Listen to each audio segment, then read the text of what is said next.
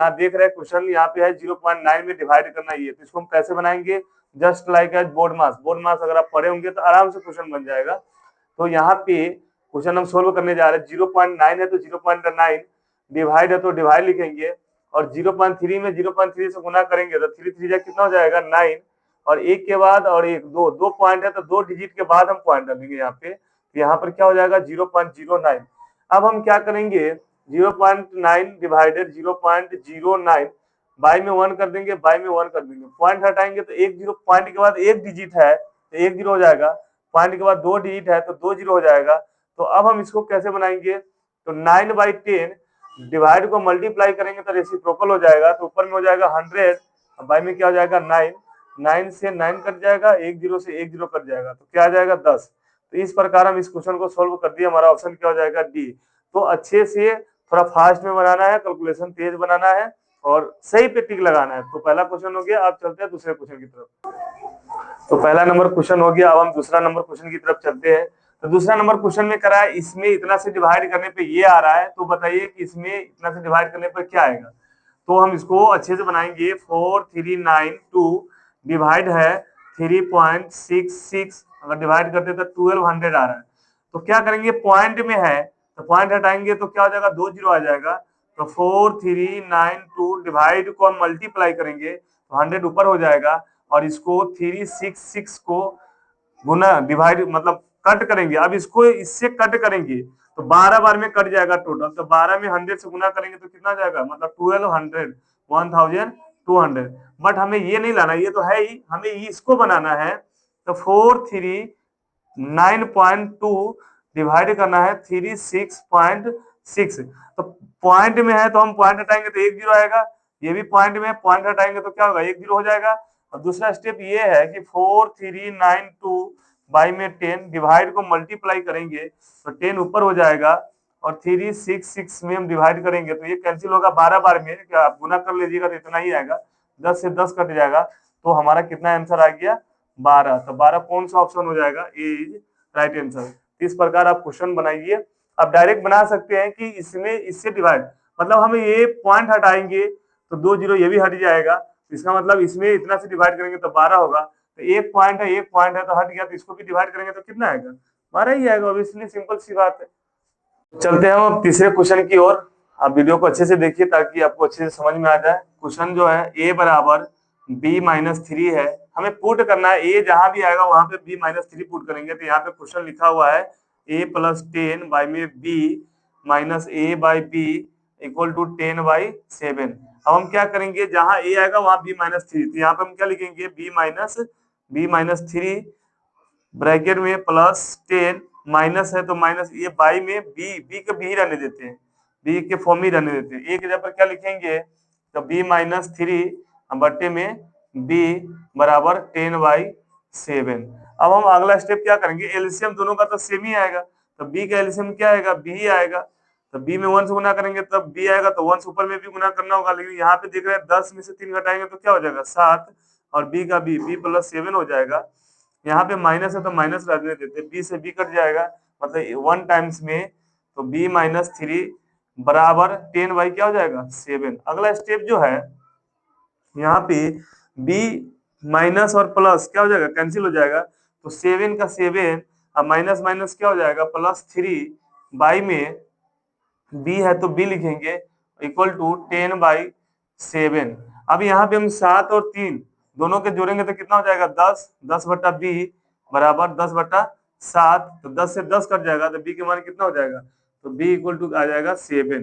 तो b के मान 7 तो आ गया, बट हमें a/b पूछ रहा है a/b क्या होगा व्हाट, तो b क्या आ गया मान, तो b के जगह हम पुट कर देंगे, a बराबर लिखा हुआ b-3, तो a बराबर b का मान क्या आ गया 7, तो 7-3 तो ये हो जाएगा 4, तो a के मान आ गया 4 और b के मान आ गया 7, तो 4/7 कौन सा ऑप्शन होगा, तो हम देख रहे हैं यहाँ पे सी नंबर ऑप्शन होगा। तो इस टाइप से आप क्वेश्चन बना सकते हैं। अब हम चलते हैं नेक्स्ट क्वेश्चन की तरफ।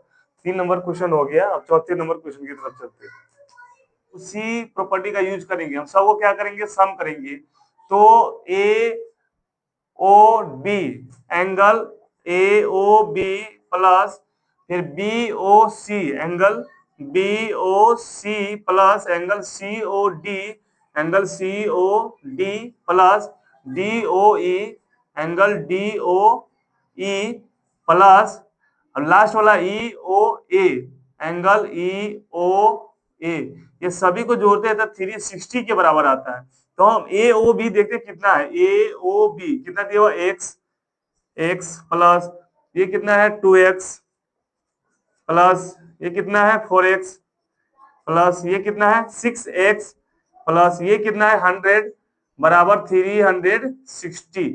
अब हम क्या करेंगे कि x वाले को एक साथ करेंगे और बिना x वाले को एक साथ करेंगे, तो यहाँ पे नहीं कुछ है तो 1 हो जाएगा, तो 1 और 2 3 3 4 7 और 7 और 6 13, तो 13x इक्वल टू 360 और ये प्लस में है 100 इधर आएगा तो क्या हो जाएगा माइनस में 100 हो जाएगा, तो 13x बराबर यहाँ पे इसको हम घटाएंगे तो 260 आएगा, तो x बराबर, तो x का मान जो हो जाएगा 260 बाई में इसको कैंसिल करेंगे 13 से, 13 दूना 26 दो बार में 20 बार में, तो x का मान आ जाएगा 20।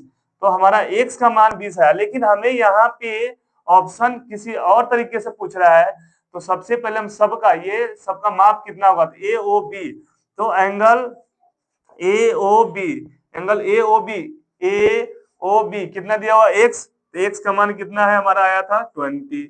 इसी तरीके से दूसरा का निकालेंगे एंगल बी ओ सी, दूसरा जो है बी ओ सी का मान कितना दिया हुआ है 2x, यहाँ पे लिखेंगे 2x, तो 2 गुने 20 तो कितना आ जाएगा 40। इसी तरीके से सी ओ डी, तो सी ओ डी जो है COD कितना दे रखा है 4x, तो यहाँ पे लिखेंगे 4x, तो 4 में 1 से गुना करेंगे 20 से, तो ये हो जाएगा 80। तो तीसरा एंगल निकल गया। चौथा जो है DOE,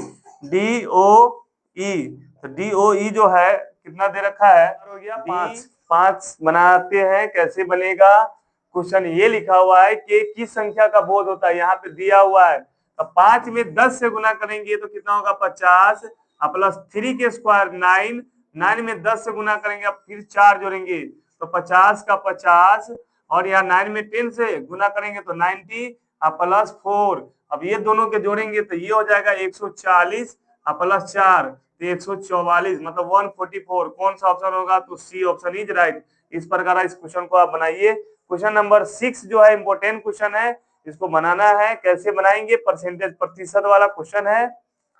300 का 90%, 300 मतलब 300 का मतलब गुना 90% मतलब 90/100 प्लस 90 का मतलब हुआ 90 गुने 30%, 30% मतलब 30/100। तो ये रहा क्वेश्चन नंबर 7। क्वेश्चन नंबर 7 कैसे बनाएंगे, पहले हम एक बार क्वेश्चन पढ़ लेते हैं। दो संख्याओं का एलसीएम और एचसीएफ 180 और 3 है, तो यदि एक संख्या 45 है और दूसरी संख्या क्या होगा, मतलब दो संख्या दिया हुआ है, दोनों का एचसीएफ, दो संख्याओं का एलसीएम, मतलब कोई दो संख्या जिसका एलसीएम इतना है और एचसीएफ इतना है, तो एक संख्या उसमें से 45 है तो दूसरा संख्या क्या होगा। इसके लिए एक फॉर्मूला है, कौन सी फॉर्मूला है, तो एलसीएम गुने एचसीएफ, एचसीएफ इक्वल टू दो संख्याओं का गुणनफल, दो संख्याओं का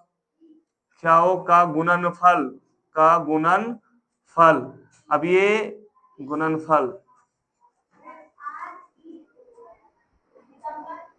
हमें दिया क्या है, एलसीएम दे रखा है, एचसीएफ दे रखा है, लेकिन दो संख्याओं का गुणनफल का मतलब ये हुआ कि पहली संख्या गुने दूसरी संख्या, पहली संख्या गुने दूसरी संख्या। अब हम इसको कैसे बनाएंगे, तो एलसीएम दे रखा है, एलसीएम गुने एचसीएफ दे रखा है, पहली संख्या भी दे रखा है, तब ये पहली संख्या गुना में इधर आएगा तो क्या हो जाएगा, डिवाइड में हो जाएगा। पहली संख्या, और पहली संख्या को हम ए मान लेते हैं, दूसरी संख्या को बी मान लेते हैं, बी मतलब दूसरी संख्या, तो दूसरी संख्या यहाँ पे हम कैसे बनाएंगे, एलसीएम गुने एचसीएफ बराबर होता है दो संख्याओं का गुणनफल। दो संख्याओं मतलब पहली संख्या गुने दूसरी संख्या, दोनों संख्या को गुना कर लेंगे तो उसी को बोलते हैं दो संख्याओं का गुणनफल। तो एलसीएम और एचसीएफ, पहला संख्या दे रखा तो गुना में इस साइड आएगा तो डिवाइड में हो जाएगा, दूसरी संख्या निकालना है तो दूसरी संख्या यही रहने देते हैं। तो एलसीएम हमारा कितना दे रखा है, तो एलसीएम जो दे रखा है 180 गुने एचसीएफ कितना दे रखा है, तो 3 बटा में पहली संख्या ये एक संख्या मतलब पहली संख्या तो 45 और इक्वल टू दूसरी संख्या को बी माना है, यहाँ पे लिख देते हैं दूसरी संख्या। अब हम इसको कैंसिल करते हैं, 3 से 3 एकम 3 3 पच्चे 15 15 बार में।